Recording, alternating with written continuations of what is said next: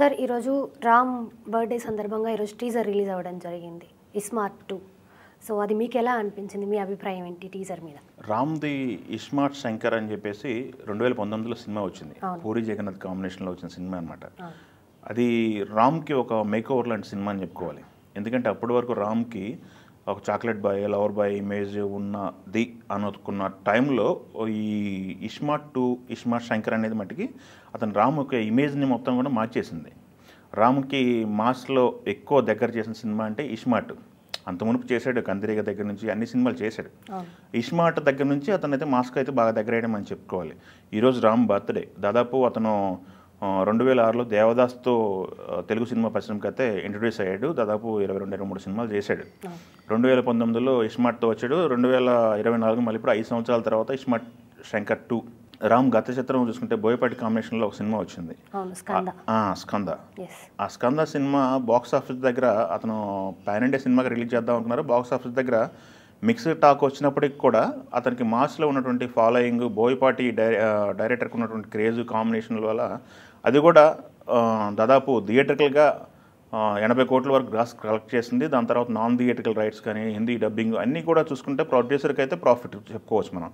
ఆ సినిమా కాస్త థియేటర్ దగ్గర డివైడ్ టాక్ వచ్చినప్పటికి కూడా కలెక్షన్ విషయంలో మట్టుకు అతను సక్సెస్ అయ్యారు.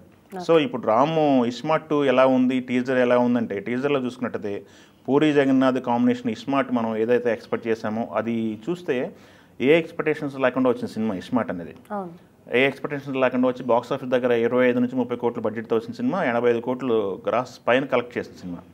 దానికి మణి శర్మ ఎంజన్ సంగీతం కావచ్చు, లేకపోతే రామ్ యొక్క యాటిట్యూడ్, క్యారెక్టరైజేషన్ కావచ్చు, తెలంగాణ యాసలో అతను చెప్పినటువంటి డైలాగులు కావచ్చు, డాన్సులు కావచ్చు, పర్ఫార్మెన్స్ కావచ్చు, రామ్కి అయితే మంచి పేరు వచ్చింది. అదే సర్ప్రైజ్ అయితే ఈ టీజర్ 2లో కూడా కనిపిస్తుందని మనం చెప్పుకోవాలి, ఇస్మార్ట్ 2లో కూడా. కాకపోతే ఈ ఇస్మార్ట్ 2 అనేది పెద్ద ఎత్తున చేస్తున్నారు. ఎందుకంటే ఇస్మార్ట్ అనేది సక్సెస్ అయింది కాబట్టి ఈ సినిమాకి బడ్జెట్ పెరిగింది. ఈ సినిమాకి దాని అంటారు రేంజ్, వైడ్ రేంజ్కి తీసుకెళ్తున్నారు. దీనికి సంజయ్ దత్ని మెయిన్ లీడ్గా తీసుకున్నారు, విలన్గా తీసుకున్నారు దీంట్లో. అలానే ఇస్మార్ట్లో ఏదైతే యాటిట్యూడ్ రామ్ క్యారెక్టరైజేషన్కి ఉందో ఆ క్యారెక్టరైజేషన్కి కొనసాగింపుగా ఈ క్యారెక్టర్ ఉంటుంది. మనం టీజర్లో చూసుకున్నట్టయితే పూరి జగన్నాథ్ తన యొక్క మార్క్ కామెడీ కూడా యాడ్ చేశాడని తెలుస్తుంది. ఎందుకంటే ఆలీది ఒక క్యారెక్టరైజేషన్ కనపడుతుంది దీంట్లో. ఆలీకి ఒక క్యారెక్టర్ ఉంది, ప్లస్ సంజయ్ దత్కి పవర్ఫుల్ క్యారెక్టర్ ఉంది. ఎప్పుడైనా మనం ఇస్మార్ట్లో చూసుకున్నట్టయితే తెలంగాణ యాసలో చెప్పినటువంటి డైలాగులు ఉన్నాయి కదా, అదే డైలాగులు అదే ఫ్లో రాము కంటిన్యూ అవుతుంది. సో మనం ఈ సినిమా చూసుకున్నట్టయితే కొంత స్లో అయింది.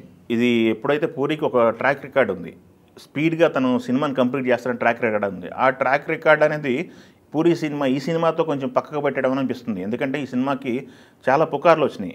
ఒక బడ్జెట్ ఓవర్ అవుతుందని, ఓవర్ బడ్జెట్ వల్ల ఫైనాన్స్ దొరకట్లేదని, గతంలో పూరి చేసినటువంటి సినిమా లైగర్కి సంబంధించినటువంటి ఫైనాన్స్ క్రైసిస్ అనేది ఈ సినిమా పడుతున్నాయి అని చెప్పేసి రకరకాల ఊహాగానాలు అయితే వచ్చేసినాయి. ఈ పాటికైతే ఇస్మార్ట్ రిలీజ్ అవ్వాలి, బట్ కొంత షూటింగ్ అయితే బ్యాలెన్స్ ఉందని చెప్పేసి మనకి తెలుస్తుంది.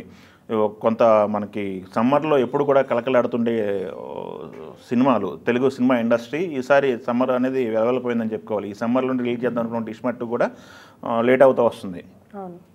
ఎప్పుడైతే May 9 కల్కి అనుకున్నారో, కల్కికి నెల ముందు, కల్కికి నెల తర్వాత కూడా ఏ సినిమా కూడా ప్లాన్ చేయలేదు రిలీజ్కి. ఓవరాల్గా మనం May 9 కల్కి వస్తే కల్కి తర్వాత మిగతా సినిమాలు రిలీజ్ చేసుకుందామని ప్లాన్ చేసుకున్నారు, డేట్లు వేసుకున్నారు. దేవరా కానీ లేకపోతే దానికంటే ముందు ఆగస్టులో పుష్ప 2 కానీ ఇలా డేట్లు వేసుకుంటూ వచ్చారు. బట్ కల్కి ఎప్పుడైతే పోస్ట్పోన్ అయిందో మిగతా సినిమాలన్నీ కూడా పోస్ట్పోన్ అవుతూ వస్తున్నాయి. డేట్ కన్ఫ్యూజన్ ఒకటి ఉంది. దాని తర్వాత సినిమాకి సంబంధించినటువంటి బ్యాలెన్స్ వర్క్ ఉందని చెప్పేసి చాలామంది చెప్తున్నారు అనమాట. దాదాపు ఒక 20% ఇంకా బ్యాలెన్స్ ఉంది. ఆ బ్యాలెన్స్ వర్క్ కూడా అయిపోవాలని చెప్తున్నారు. బట్ రీసెంట్గా వాళ్ళు ఒక స్టేట్మెంట్ ఇచ్చారు, ఒక షెడ్యూల్ అయితే క్రూషియల్ షెడ్యూల్ కంప్లీట్ చేసామని చెప్పేసి ఫస్ట్ రిలీజ్ చేయడం కూడా జరిగింది, ఈ కన్ఫ్యూజన్ అండ్ క్లారిటీ ఇవ్వటు. బట్ ఈరోజు బర్త్డే సందర్భంగా రిలీజ్ చేసినటువంటి టీజర్ అయితే అట్రాక్ట్ చేసిందని మనం చెప్పుకోవచ్చు. ఎందుకంటే ఫస్ట్ ఇస్మార్ట్ 1 అయితే ఒక క్యూరియాసిటీ ఉంది, అందరూ సర్ప్రైజ్ అయ్యారు. రామ్ క్యారెక్టరైజేషన్, డైలాగులు, పూరి టేకింగ్ అంతా సర్ప్రైజ్ అయ్యారు. బట్ దీంట్లో సర్ప్రైజ్ మిస్ అయింది. ఎందుకంటే ఆల్రెడీ 1 చూశారు కాబట్టి సీక్వెల్ ఇది ఎలా ఉంటుంది అనేది అందరికీ ఒక ఐడియా ఉంది. బట్ ఆ అంచనాలకైతే తక్కువ అయితే ఉంది అని టీజర్ అయితే ఉందని మనం చెప్పుకోవాలి. బట్ రామ్ కెరీర్కి ఎంతవరకు ఉపయోగపడుతుంది ఏంటనేది అంటే రామ్ కెరీర్కి ప్లస్ అని చెప్పుకోవచ్చు. రామ్ కంటే కూడా పూరికి ఇది హిట్ కొట్టాల్సిన పరిస్థితి. ఎందుకంటే పూరికి ఒక పడటం లేవటం అనేది కామన్. పూరి జగన్నాథ్ కంబ్యాక్ ఇచ్చినంత ఈజీగా ఏ డైరెక్టర్ కంబ్యాక్ ఇవ్వలేడు. పూరి ఏ హీరోని తీసుకున్నా కానీ తను మోల్డ్ చేసుకుని హిట్ కొట్టుకున్నటువంటి సత్తా ఉన్నటువంటి డైరెక్టర్ పూరి జగన్నాథ్. సో తను అప్డేట్ చేసుకుంటూ సినిమాని అప్డేట్ చేస్తూ ఉన్నటువంటి డైరెక్టర్ అనమాట. సో చూద్దాం మనం ఈ స్మార్ట్ 2 అనేది బాక్స్ ఆఫీస్ దగ్గర ఏ నెంబర్స్ క్రియేట్ చేస్తుంది అనేది మనం వేచి చూడాలి.